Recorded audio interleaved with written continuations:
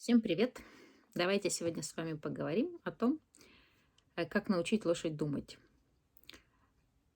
Если мы возьмем маленького ребенка, то для того, чтобы он стал полноценным человеком, его нужно научить ходить на двух ногах, разговаривать, понимать человеческую речь, потом читать, писать, математики и так далее.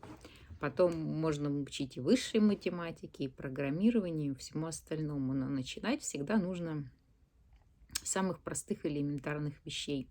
Держать ложку, ходить на двух ногах, слушаться маму. Вот точно так же все происходит и с лошадью. Когда мы берем лошадь, мы не должны ждать, что она у нас уже умеет и нас понимает. А, Всему этому нужно учить. Чем большего мы хотим от лошади, тем больше мы должны в нее вложить. И, то есть, если нам нужна просто лошадка кататься или катать других людей, значит, мы должны ей дать какие-то элементарные навыки, научить элементарным вещам, и после этого нам этого будет достаточно. Если же нам нужна лошадь для более сложных вещей, значит, мы должны обучать лошадь гораздо дольше и гораздо тщательнее. О том, как лошадь обучать двигаться и так далее, как владеть своим телом, как пользоваться своим телом, как взаимодействовать с человеком, у нас, в принципе, видео уже достаточно. Давайте сегодня поговорим именно о развитии умственных способностей лошади. Делать это можно многими разными способами, но я предложу вам варианты наиболее простые, наиболее последовательные, наиболее логичные и позволяющие продвинуться как можно дальше, вплоть до чтения, понимания человеческой речи, сборки слов, ответы на вопросы и так далее. И сегодня давайте поговорим о том, что начать лучше всего нам с двух вещей – апортировка и выборка. Вроде бы это все и просто, и сложно одновременно.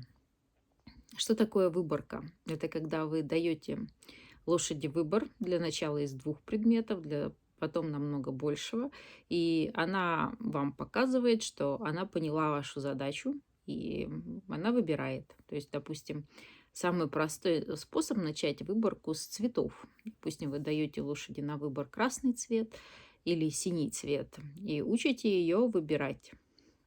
Второе, что вы делаете параллельно с этим, вы лошадь учите апортировки. То есть что это такое? Это когда лошадь, как собачка, приносит вам какой-нибудь предмет. Что именно нужно из апортировки? Это то, чтобы лошадь что-то могла взять губами, зубами и вам отдать. Обучение апортировки можно разбить на несколько этапов и проводить их параллельно. То есть первое, мы учим лошадь что-то брать зубами. Параллельно мы учим лошадь проявлять интерес к тому, что лежит на земле, либо на чем-то. И это можно совместить, то есть учить и тому, и тому. То есть вначале мы учим просто руками, давая что-то лошади в зубы. Вначале прикасаемся к губам, чтобы лошадь спокойно на это реагировала. Потом мы ей предлагаем взять это в рот. И чтобы лошадь на какое-то время уже фиксировала что-то в зубах. Параллельно мы учим лошадь проявлять интерес к тому, что на земле. И постепенно, чтобы она потом брала уже с земли и давала нам.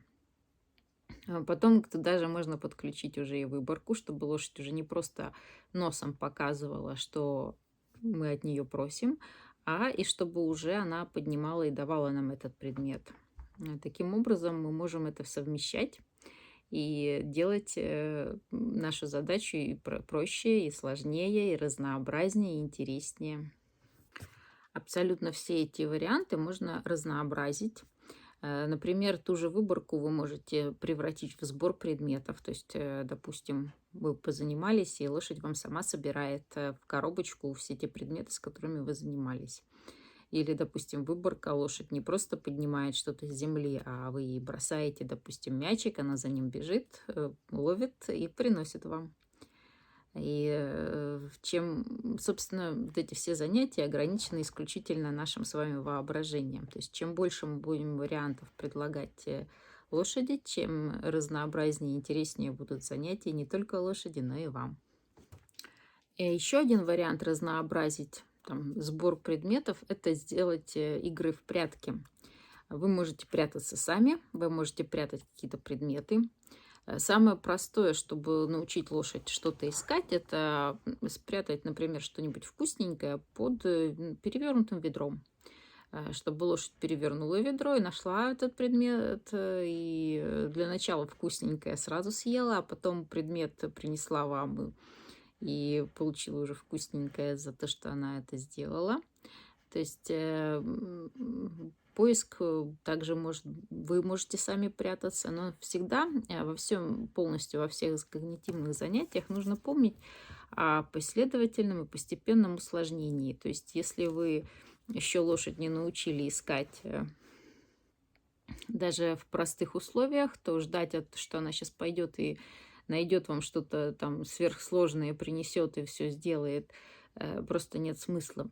То есть всегда и во всем, если мы видим, что у нас что-то не получается, нам на нашу задачу нам нужно разбить на более простые, более легкие этапы и двигаться самыми маленькими шажочками. Чем меньше у нас будут шажочки, тем легче лошади будет найти правильный ответ, и тем быстрее и лучше она будет учиться. Чему еще можно научить лошадь? Это считать. Можно просто считать что-нибудь. Самый простой способ научить чему-то, чтобы лошадь вообще поняла, что такое счет, это считать шаги. То есть, допустим, вы просите испанский шаг, и вы считаете, вот сейчас мы сделаем 4 шага. Раз, два, три, 4. И за четвертый шаг вы там угощаете уже лошадь. Или вы задаете количество шагов, и лошадь это делает, и она понимает, что... И вот таким способом проще всего объяснить лошади смысл счета. Дальше больше вы можете уже нарисовать цифры, вы можете нарисовать карточку с количеством точек. У меня вот карточки, с одной стороны цифра, с другой стороны точка. Допустим, цифра 1, значит, одна точка, если цифра 2, значит, 2 точки и так далее. И лошади сразу же изучают и то, и то. И сейчас вы видели уже сами видео на нашем канале, когда я спрашиваю, допустим, у лошади, сколько у тебя ног? Она мне дает цифру 4. Сколько у тебя ушей? Она мне дает цифру 2 и так далее. Сколько у тебя хвостов? 1. И точно так же она просто мне дает цифры, которые я прошу, там 6, еще что-то. И она дает мне все эти цифры, такие, какие я прошу. Но, естественно, самый простой способ объяснить это вот начинать с шагов, смысл вообще счета, что такое цифры, что мы считаем, а потом добавить уже счет предметов, еще чего-то, выборку подключить уже цифры, выборку подключить количество точек и так далее. Можно ли начинать выборку сразу, например, с букв? Да, можно. Можно просто букв, можно сочетать что-то там, дай мне там букву А или дай мне красную игрушку или еще что-то. То есть чем дальше вы продвигаетесь с лошадью, тем более сложные задачи ей можно ставить и ожидать от нее более сложных ответов. При обучении лошади чтению очень часто люди делают одну привычку. Они очень долго сосредотачиваются на выборе каких-то отдельных букв. Там буква А, букву Б, букву С, допустим, взяли. И очень долго одним словом, когда вы долго заморачиваетесь одними буквами, лошади это просто неинтересно. Она начинает проверять там, а что будет, если я дам другую букву? А что будет там еще в каких-то условиях? То есть лошади становится скучно. А вам кажется, что лошадь не понимает, что она даже элементарных букв не разучила, что же ждать от нее каких-то сложных вещей. Это серьезная ошибка, потому что вам будет казаться, что лошадь не понимает, что она глупая, что какая-то есть проблема. На самом деле лошади просто стало скучно, поэтому я рекомендую буквально, как только лошадь научилась в принципе что-то выбирать, сразу же переходить к обучению лошади словам. То есть не чтобы лошадь выбирала там что-то непонятное и чего она не понимает, а именно чтобы сразу же вы могли задавать вопросы, например, что у тебя это такое? Нога. И она собирает уже последовательность определенную букв. Естественно, начинать желательно с коротких слов. То есть вы напишите себе там на листочке, придумайте, какие именно слова вы будете собирать. И после этого уже начинаете учить. Да, еще такой момент. Вначале, конечно же, желательно награждать каждый выбор, то есть каждую букву. Потом вы уже постепенно можете в коротких словах угощать только целиком уже за слово и так далее, и так далее. И так на самом деле вы гораздо быстрее достигнете успеха и результата. А если долго сосредотачиваться только на буквах, вы просто не продвинетесь дальше.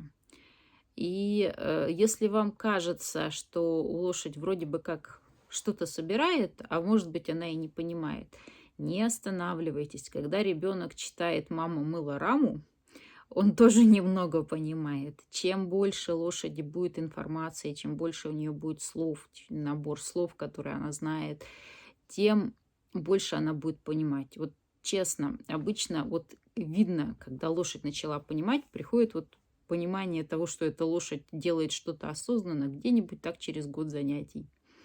Когда действительно ты осознаешь, что лошадь поняла, что лошадь отвечает действительно на вопросы, а не балуется, а не...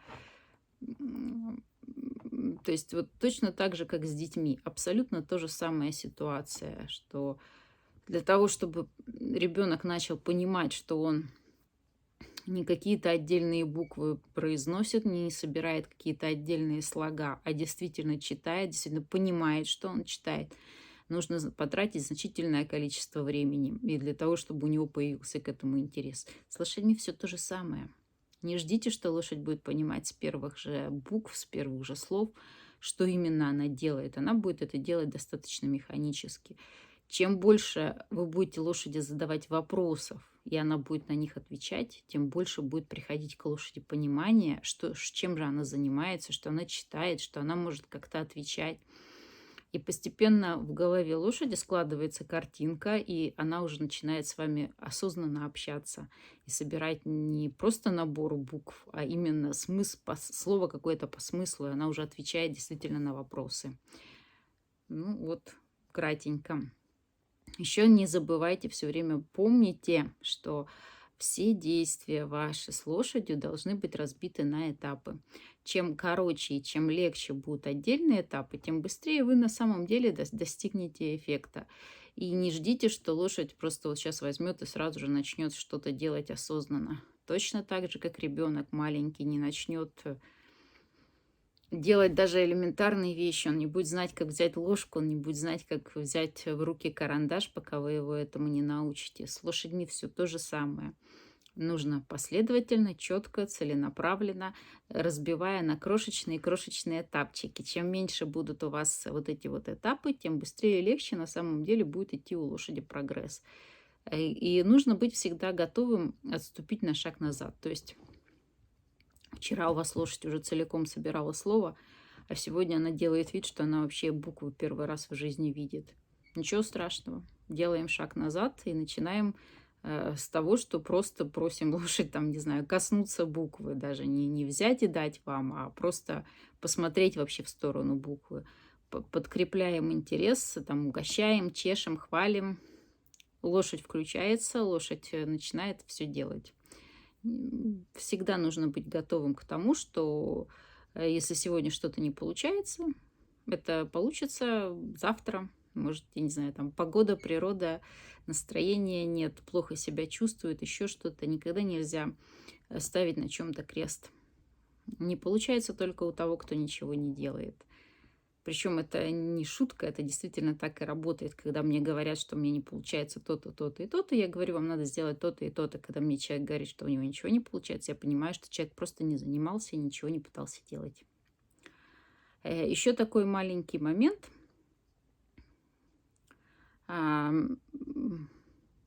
Можно ли обучать чтению и к другим когнитивным вещам, да, до той же апортировки, выборки? Можно ли обучать, не обучая лошадь двигаться? Ну, честно, вообще-то у лошади, в отличие от человека, очень взаимосвязаны такие вещи, как движение и ум. Поэтому не обязательно, чтобы лошадь делала что-то сложное, но хотя бы совместные прогулки, даже с молодыми лошадьми, которым еще нельзя полноценно заниматься какими-то другими сложными вещами, но хотя бы какие-то совместные прогулки, еще что-то, движение, внешний вольт и так далее. Все равно делать нужно. Это необходимо, потому что у лошадей умственные способности и двигательные способности очень взаимосвязаны. Лошадь — это животное движения.